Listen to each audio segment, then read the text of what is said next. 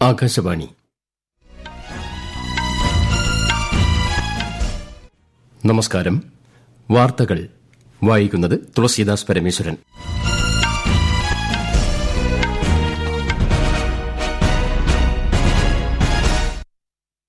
പ്രധാന വാർത്തകൾ. വിനോദസഞ്ചാര മേഖലയുടെ വികസനത്തിലൂടെ രാജ്യത്ത് കൂടുതൽ തൊഴിലവസരങ്ങൾ സൃഷ്ടിക്കാൻ സാധിക്കുമെന്ന് പ്രധാനമന്ത്രി നരേന്ദ്രമോദി. പ്രധാൻമന്ത്രി ജൻവികാസ് കാര്യക്രമിന്റെ ദക്ഷിണ മേഖലാ അവലോകന യോഗം കേന്ദ്ര ന്യൂനപക്ഷകാര്യമന്ത്രി കിരൺ റിജിജു ഉദ്ഘാടനം ചെയ്തു. പദ്ധതി നടത്തിപ്പിൽ കേരള സർക്കാർ മികച്ച പിന്തുണ നൽകുന്നതായി കേന്ദ്രമന്ത്രി. ഡൊണാൾഡ് ട്രംപ് ഭരണകൂടം ഇന്ത്യൻ താൽപര്യങ്ങൾക്ക് അനുയോജ്യമായ രീതിയിലാണ് മുന്നോട്ട് നീങ്ങുന്നതെന്ന് വിദേശകാര്യമന്ത്രി എസ് ജയശങ്കർ.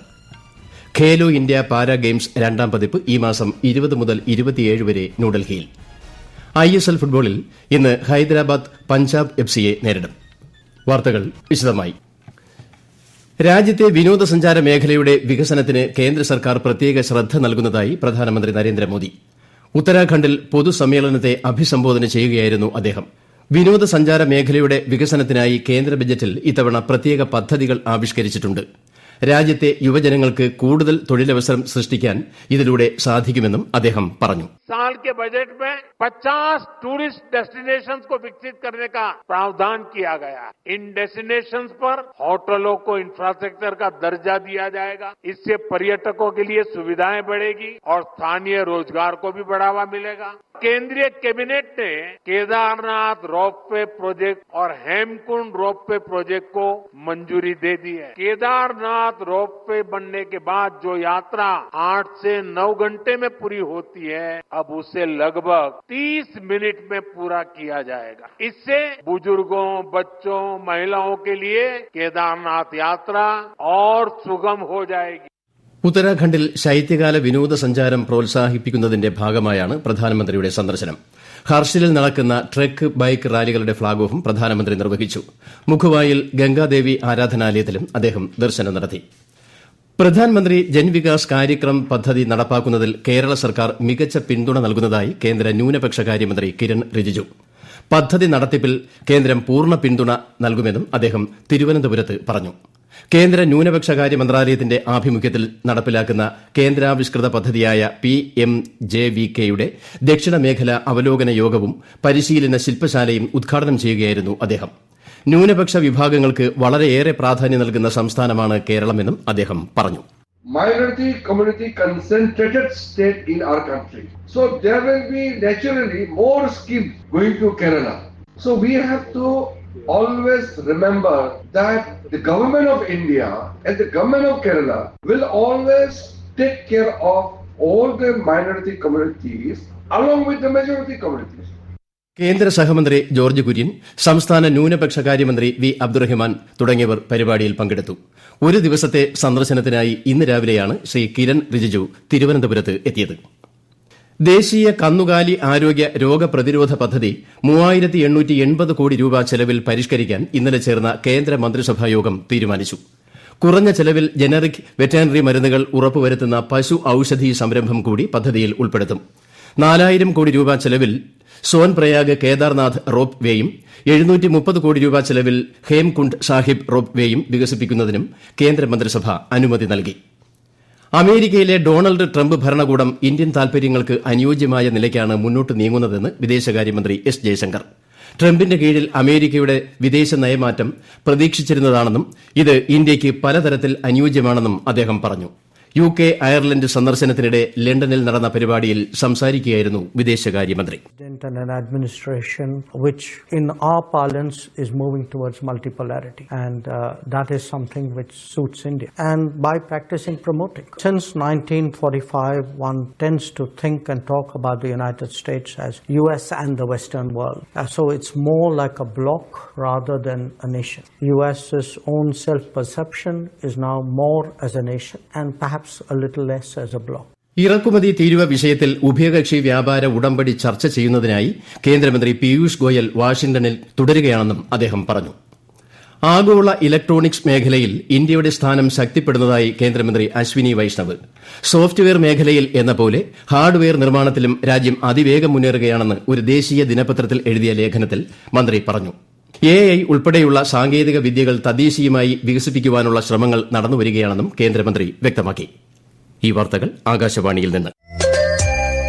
ആകാശവാണി വാർത്തകളും വാർത്താ അധിഷ്ഠിത പരിപാടികളും all India radio news Thiruvananthapuram YouTube ചാനലിലും @all India radio news Thiruvananthapuram Facebook പേജിലും AIR ന്യൂസ് _ തിരുവനന്തപുരം ഇൻസ്റ്റഗ്രാം അക്കൌണ്ടിലും @AIR ന്യൂസ് _ TVM X ഹാൻഡിലും ലഭ്യമാണ്.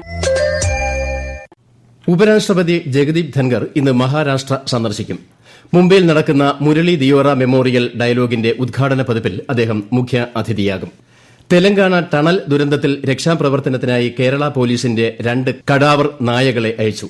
ദേശീയ ദുരന്ത നിവാരണ അതോറിറ്റിയുടെ ആവശ്യപ്രകാരമാണ് നടപടി. ദേശീയ വിദ്യാഭ്യാസ നയം നടപ്പാക്കുന്നതിൽ കേന്ദ്രത്തിനെതിരെ വിമർശനം തുടർന്ന് തമിഴ്നാട് മുഖ്യമന്ത്രി MK സ്റ്റാലിൻ. ഇതിലൂടെ മുന്നോട്ടുവയ്ക്കുന്ന ത്രിഭാഷാ നയം ഭാഷാപരമായ അടിച്ചേൽപ്പിക്കലാണെന്ന് അദ്ദേഹം കുറ്റപ്പെടുത്തി. ഭാഷാപരമായ തുല്യതയാണ് തമിഴ്നാട് സർക്കാർ ആവശ്യപ്പെടുന്നതെന്നും ശ്രീ MK സ്റ്റാലിൻ പറഞ്ഞു. ബബ്ബർ ഖൽസ ഇന്റർനാഷണൽ ഉൾപ്പെട്ട ഖാലിസ്ഥാൻ ഭീകരനെ ഉത്തർപ്രദേശിൽ അറസ്റ്റ് ചെയ്തു. അമൃത്സർ സ്വദേശി ലെജർ മാസിയെ ആണ് UPSTFും പഞ്ചാബ് പോലീസും സംയുക്തമായി നടത്തിയ ഓപ്പറേഷനിൽ അറസ്റ്റ് ചെയ്തത്. ബബ്ബർ ഖൽസയ്ക്ക് ജർമ്മനിയിൽ നേതൃത്വം നൽകുന്ന സ്വരൻ സിംഗുമായി അടുത്ത ബന്ധം പുലർത്തുന്ന ഇയാൾക്ക് പാക് ISIയുമായും അടുപ്പമുണ്ടെന്ന് കരുതുന്നു. സ്ഫോടക വസ്തുക്കളും ആയുധങ്ങളും ഭീകരനിൽ നിന്ന് പിടിച്ചെടുത്തിട്ടുണ്ട്. ഖേലോ ഇന്ത്യ പാരാ ഗെയിംസ് 2ാം പതിപ്പ് ഈ മാസം 20 മുതൽ 27 വരെ ന്യൂഡൽഹിയിൽ നടക്കുമെന്ന് കേന്ദ്ര കായികമന്ത്രി മൻസുഖ് മാണ്ഡവ്യ. പാരീസ് പാരാലിമ്പിക്സിലെയും ഏഷ്യൻ പാരാ ഗെയിംസിലെയും മെഡൽ ജേതാക്കൾ ഉൾപ്പെടെ 1230 പാരാ അത്ലറ്റുകൾ ഗെയിംസിൽ മത്സരിക്കും. ISL ഫുട്ബോളിൽ ഇന്ന് ഹൈദരാബാദ് പഞ്ചാബ് FCയെ നേരിടും. രാത്രി 7:30 ഹൈദരാബാദിലാണ് മത്സരം. ചാമ്പ്യൻസ് ട്രോഫി ക്രിക്കറ്റ് കിരീട പോരാട്ടത്തിൽ ഇന്ത്യ ന്യൂസിലാൻഡിനെ നേരിടും. ഇന്നലെ നടന്ന 2ാം സെമിയിൽ ദക്ഷിണാഫ്രിക്കയെ 50 റൺസിന് തോൽപ്പിച്ചാണ് കിവീസ് ഫൈനൽ യോഗ്യത നേടിയത്. ഞായറാഴ്ച ഉച്ചയ്ക്ക് 2:30 ഫൈനൽ മത്സരം.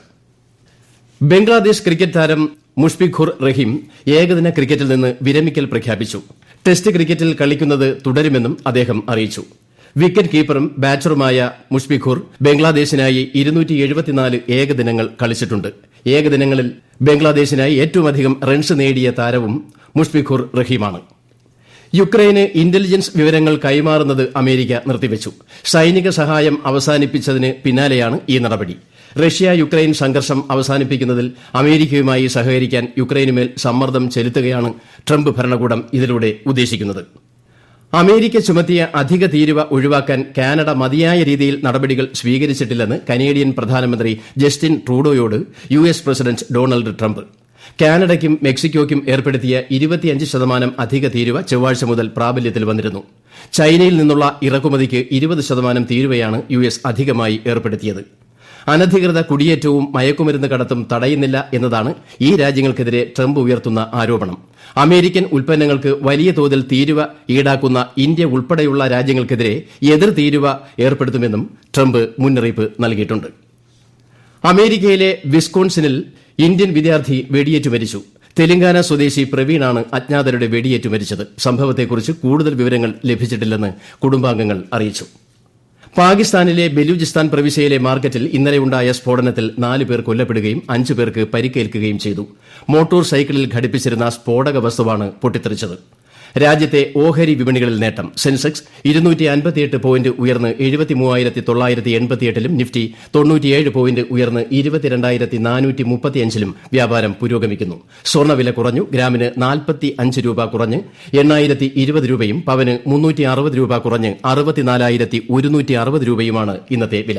പ്രധാന വാർത്തകൾ വീണ്ടും. വിനോദസഞ്ചാര മേഖലയുടെ വികസനത്തിലൂടെ രാജ്യത്ത് കൂടുതൽ തൊഴിലവസരങ്ങൾ സൃഷ്ടിക്കാൻ സാധിക്കുമെന്ന് പ്രധാനമന്ത്രി നരേന്ദ്രമോദി.